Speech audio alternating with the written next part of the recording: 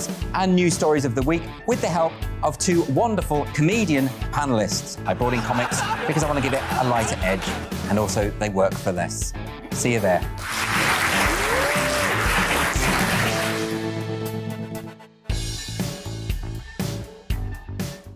Join my show Farage, 7 p.m. till 8 p.m. Monday through Thursday, and there you will get opinion, analysis, debate, and I'll cover stories that nobody else dares to touch. And then for the last 15 minutes, talking pints. We're over a drink. We have a civilised conversation with someone. We very often disagree, but we do it in a grown-up way. Come and join me on Farage.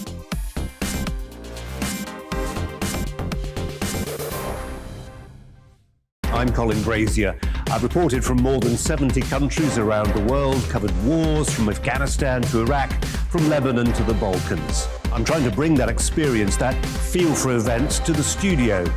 And something else, I'm ready to give an opinion. Today's stories with a spark. Brazier from 8 p.m. weekdays on GB News.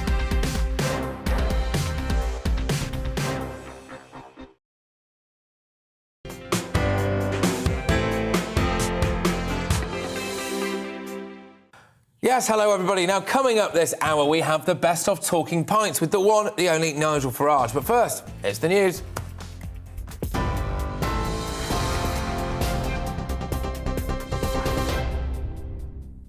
Good morning, I'm Bethany Elsey. This is your news at 9 o'clock. New COVID restrictions are being reintroduced across Britain's devolved nations today to try and curb the spread of the new highly infectious Omicron variant. In Scotland, large indoor events will have 1 metre social distancing and will be limited to 100 people standing or 200 people sitting. Up to 3 households can meet indoors and outdoors so long as they are socially distanced. Wales is now under alert level 2, with restrictions being implemented across the hospitality sector.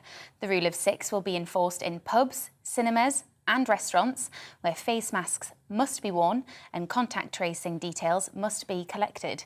2 metre social distancing will return to public places and workspaces. And in Northern Ireland, indoor standing events will be banned and nightclubs will have to close. Up to 6 people can meet in pubs and restaurants. 10 people will be allowed if they are from the same household.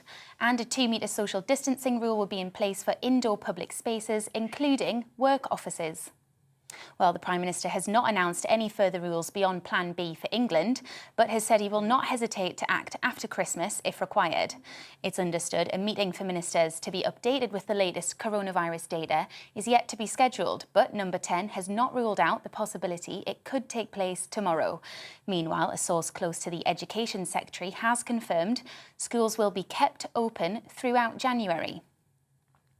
The number of people getting their first COVID-19 vaccine has soared by 46% in the week up to the 21st of December.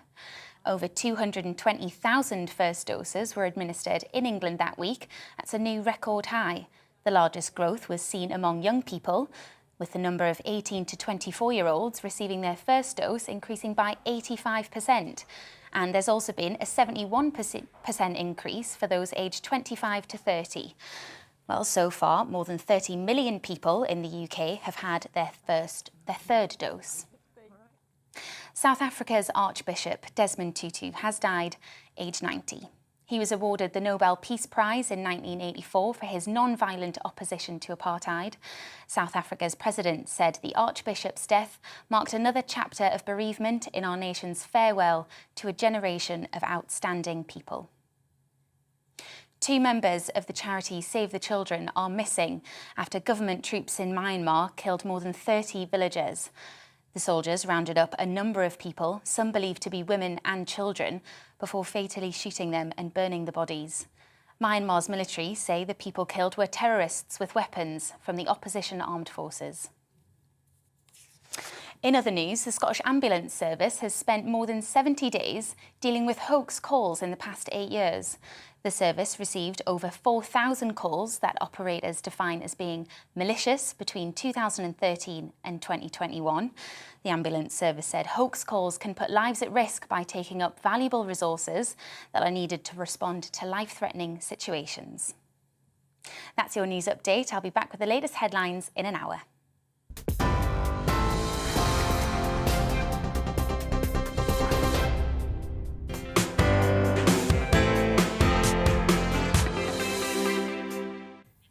Hello and welcome back. Coming up, we'll bring you updates from our GB News reporters around the nation. We'll hear moving stories about carers working hard to look after the vulnerable, as well as stories about families battling cancer. Indeed, yes. While many of us will use the Christmas period to relax after a difficult year, there are fresh warnings now that unpaid carers are at risk of burnout, with almost two-thirds having not had a break during the pandemic. Many have had to take on additional caring responsibilities for family members, of course, with little to no respite care. Well, our London reporter, Alice Porter, reports. Over the last 2 years, we've clapped for carers, those in the NHS and those in our care homes. But there are more than 30 million unpaid carers across the UK, often working without any recognition. Vanessa Bowden is a full-time carer to her husband with MS and looks after her daughter with learning difficulties. I haven't had a holiday for 8 years, I think it is now. I think it's about 8 years since I last went on holiday. Christmas Day, I'll probably be up around 4 a.m.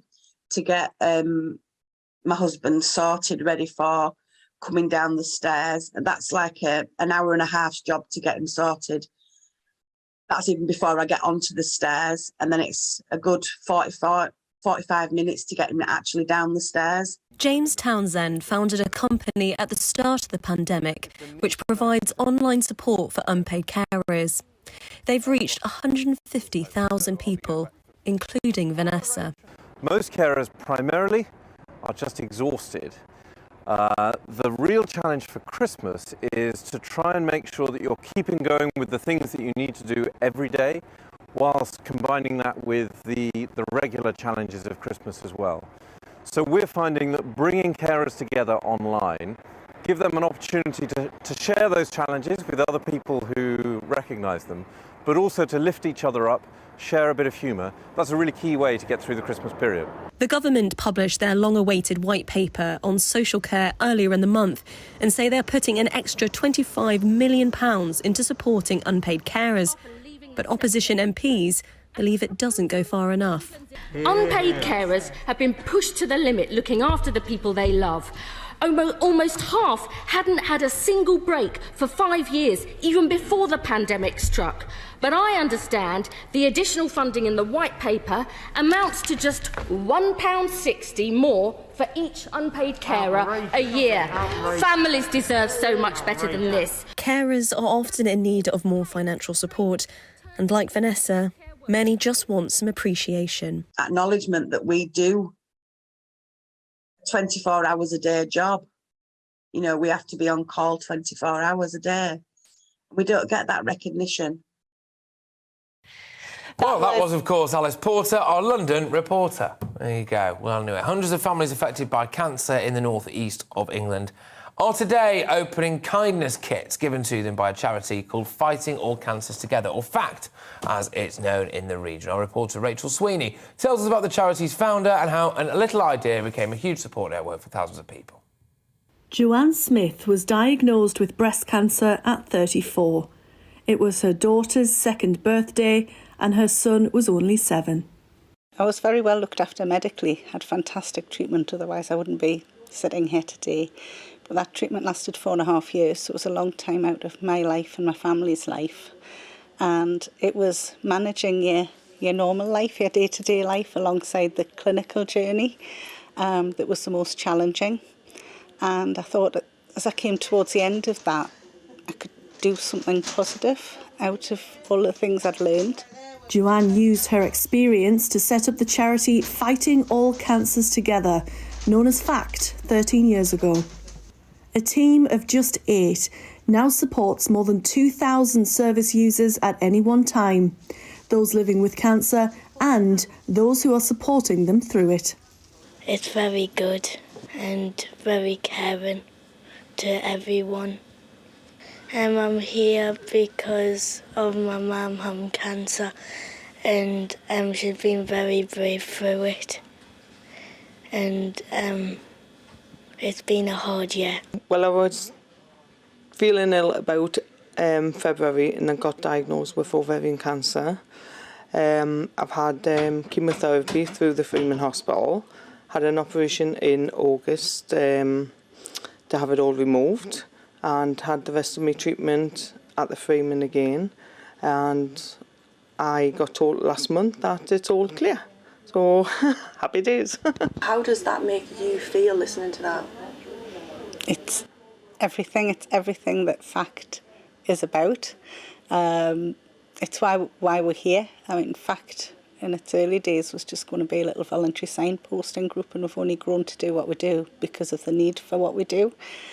And that just captures that completely. There's a family with a real need, and the FACT team and the FACT family have stepped up to meet that. That's what it's about. This Christmas, FACT is providing hundreds of families with hampers to help them through the holidays. 511 of these kindness kits have gone to families across the northeast of England who are struggling emotionally or financially. Inside each one is fresh food, household goods, Christmas toys and toiletries. Deliveries are being made across the region by Mr. and Mrs. Smith. It's just a good feeling that you're doing something worthwhile. And you get a lot of satisfaction from sort of helping the people in the community and things like that. And you see the good work that the people within the charity do. It's quite nice then to be the end product of that, doing the deliveries and bits and pieces for them. This team promotes compassion throughout the year. And Joanne has a very special message this Christmas Day. Be happy, enjoy every moment, cherish people that are close to you. That's certainly something that we see our FACT family doing all year, but Christmas Day does stand out, doesn't it? So we need to make it a special one and just love the people that you have with you at that time. That was the lovely Rachel Sweeney there reporting from the Northeast. Now, Christmas is here, if you hadn't noticed, and during the past weeks, you might have been listening to countless Christmas songs to uplift your spirit. No shame in that. It has, of course, been a tough year, so a bit of Christmas spirit is, of course, welcome. And, indeed, we confirmed that Lad Baby has broken the chart as the #1 Christmas single. So Lad Baby has actually made history by getting a 4th consecutive Christmas #1, taking the previous title of the Spice Girls in the 90s and the Beatles back in the 60s with Sausage Rolls for Everyone. Now, if you're not familiar with Lad Baby, which many people are, let's face it, he and his partner, Mark and Antonia Doyle, are YouTubers, and they talk about that basically being parents. Every year for the past 4 years, they've released a Christmas song about sausage rolls. They're actually not even original songs. They're taken from, they're kind of concepted from other songs. But the good news is they do raise money for charity. So they've been raising money for the Trussell Trust, which is a food bank charity. But this year's quite different, actually, because Ed Sheeran and Sir Elton John feature on Sausage Rolls for Everyone, and yeah, they actually sing on it as well, so it is quite interesting. But the reason I think Ed Sheeran and Sir Elton John got involved with this single this year, Sausage Rolls for Everyone, which is actually a copy of their song Merry Christmas, which is #2 in the charts at the moment, is that Ed Sheeran and Sir Elton John didn't want to lose out to Lad Baby, because obviously the fight for Christmas #1 is really tough, and even Ed Sheeran has phoned Lad Baby to congratulate him on air on Radio 1 yesterday, to say, you know, hats off to you, friend, because it's a really hard thing to do. Yes, there we go. Right, now, after a year of reopening and then closing down again in some sectors, has 2021 been a bad year for Britain's businesses? You betcha. Well, yes, obviously it has. Lots of firms in Doncaster are considering it's one of 39 towns hoping to become a city in 2022 to mark the Queen's Platinum Jubilee. Well, our Yorkshire and Humber reporter, Kevin Larkin, has been talking to businesses in the Yorkshire town which hopes to become a city. It's been a year when Doncaster's motto has been useful, and it's an attitude shared by the town's leader. Doncaster is still a great place to live, work and do business. We know our people are strong, dedicated, skilled, creative and resilient, and will do all they can to get back to where they need and want to be. Doncaster, in a key Red Wall area of Yorkshire, has had some positive news this year, with a new cinema and a new library and museum opening. As businesses met before Christmas, they too were feeling positive. We're primarily a mail order company. we've been absolutely rushed off our feet. So mentally, we're actually on the opposite side of the people that have been on furlough. So we've had no time off. We're just literally working. So it's for the business, it has been very good. 2021 has been absolutely amazing for our business. I think like a lot of businesses through COVID, we really took stock of what we were doing and how we were running, and we made changes to run more efficiently, and we've actually seen those rewards come through in 2021. It's been an adventure. It's been a successful year. But if you would have asked us in March or April what type of year we would have had, we probably wouldn't have guessed that. But things came together. I think the business community really pulled together. I think the employees that we had worked incredibly hard to get us through it. And I think the programs that the government put in place did help. But 2022 could be a bigger year as Doncaster bids for city status. It has a minster, a university. Now the hope is it will get the title to match and give Donny a boost. I feel that it deserves it. There's so much inward investment and outward investment. I think the infrastructure's here, the rail network, the airport, obviously, which has got great scope. I generally think that city status is what Doncaster deserves. Wow. Now, coming up this hour, we have the best of Talking Pints with Nigel Farage. Who else? But first, let's have a little look at the bleak and miserable winter weather. Yes. It's time to remind ourselves there's always another winter. Canary Islands sponsors the weather. Hey, there we go. Right, OK, looking ahead to today's weather, and the UK is looking cold. You guessed it, cold in the north with some hill snow, milder elsewhere with cloud and rain. Let's take a look at the details, shall we? It will start rather cloudy in the southwest with some bright or sunny spells in places. There will be a few showers for northern coast and feeling mild for all. However, it will be a cloudy start in the southeast with outbreaks of rain. The cloud will be low and bringing muggy conditions and, of course, hill fog. Some bright or possibly sunny spells for South Wales, but mostly cloudy here with the odd shower. It will be a mild start there as well, and it will also start mild across the Midlands, but overcast and murky with low cloud and that pesky hill fog. This cloud will be thick enough to bring some light rain or drizzle at times. Also a cloudy start in the northeast, but it will feel cold here. There will be outbreaks of rain and hill snow. Absolutely, especially over the Pennines, bringing difficult driving conditions with it for a time. Cloudy and cold for southern Scotland as we start Boxing Day. There will be patchy outbreaks of rain where the cloud thickens and also some hill snow over the higher ground. A milder start for those of us in the Northern Ireland region, but also cloudy. There'll be some showery rain at times, and this will be accompanied by strong winds. Rain and hill snow will clear east, but remaining rather cloudy with some locally heavy showers in the west. And that, ladies and gentlemen, is how the weather is shaping up for the day. Canary Islands sponsors the weather.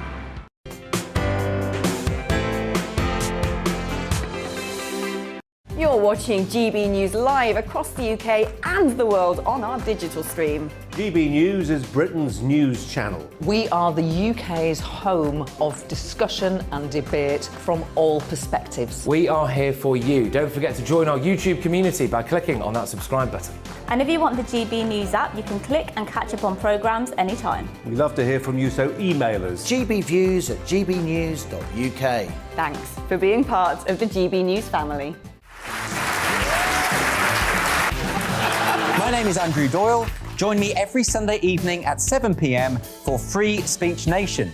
This is a show where we address current affairs and news stories of the week with the help of two wonderful comedian panellists. I brought in comics because I want to give it a lighter edge, and also they work for less. See you there.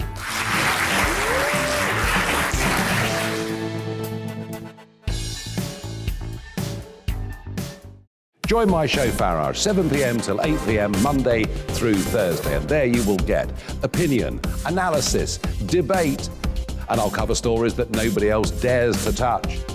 And then for the last 15 minutes, Talking Pints. We're over a drink. We have a civilised conversation with someone.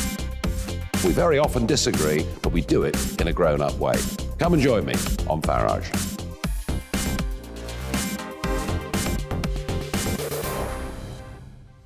I'm Colin Brazier. I've reported from more than 70 countries around the world, covered wars from Afghanistan to Iraq, from Lebanon to the Balkans. I'm trying to bring that experience, that feel for events, to the studio. And something else. I'm ready to give an opinion. Today's stories with a spark. Brazier from 8 p.m. weekdays on GB News. Join us for the political correction. We're here every Sunday to correct politics and put you, the people, back in charge. We talk about all areas of the United Kingdom, including Northern Ireland. Our debate goes way beyond the Westminster Village. It's about the real country. It's about your opinion. So please, we want you to tell us what you think.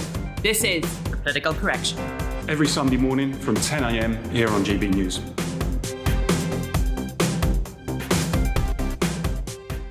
You're watching GB News live across the UK, the world, and our digital stream. GB News is Britain's news channel. We are the UK's home of discussion and debate from all perspectives. We're here for you. Don't forget to join our community by hitting the subscribe button. And download the GB News app so you can click and catch up on programmes anytime. We love to hear from you. Email us at gbviews@gbnews.uk. Thanks for being part of the GB News family.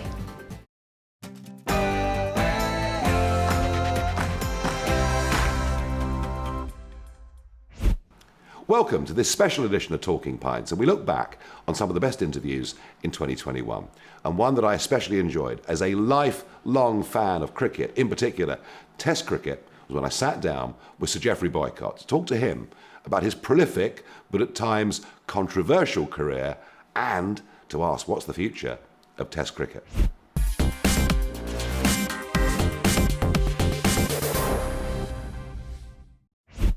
It was a very long career you had, wasn't it?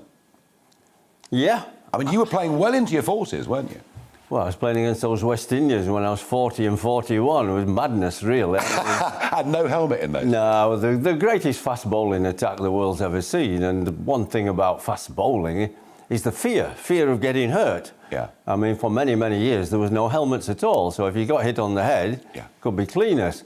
And even with helmets and arm pads and chest pads, they can really hurt you. So, I mean, a lot of Test cricket has been won by one fast bowler or even two. Larwood won the Ashes in Australia, the bodyline. I mean, Truman Statham, you've had Lindwall and Miller, you've had Lillian Thompson. Yep.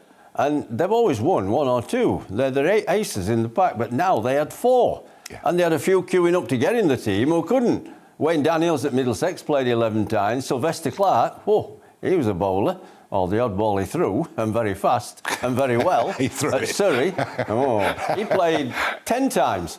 So, I mean... But I watched you playing, and, you know, it was against fast bowling, right foot back and across, the Geoffrey Boycott elbow, up here somewhere. I don't know how you managed to get it up to that position, but you did.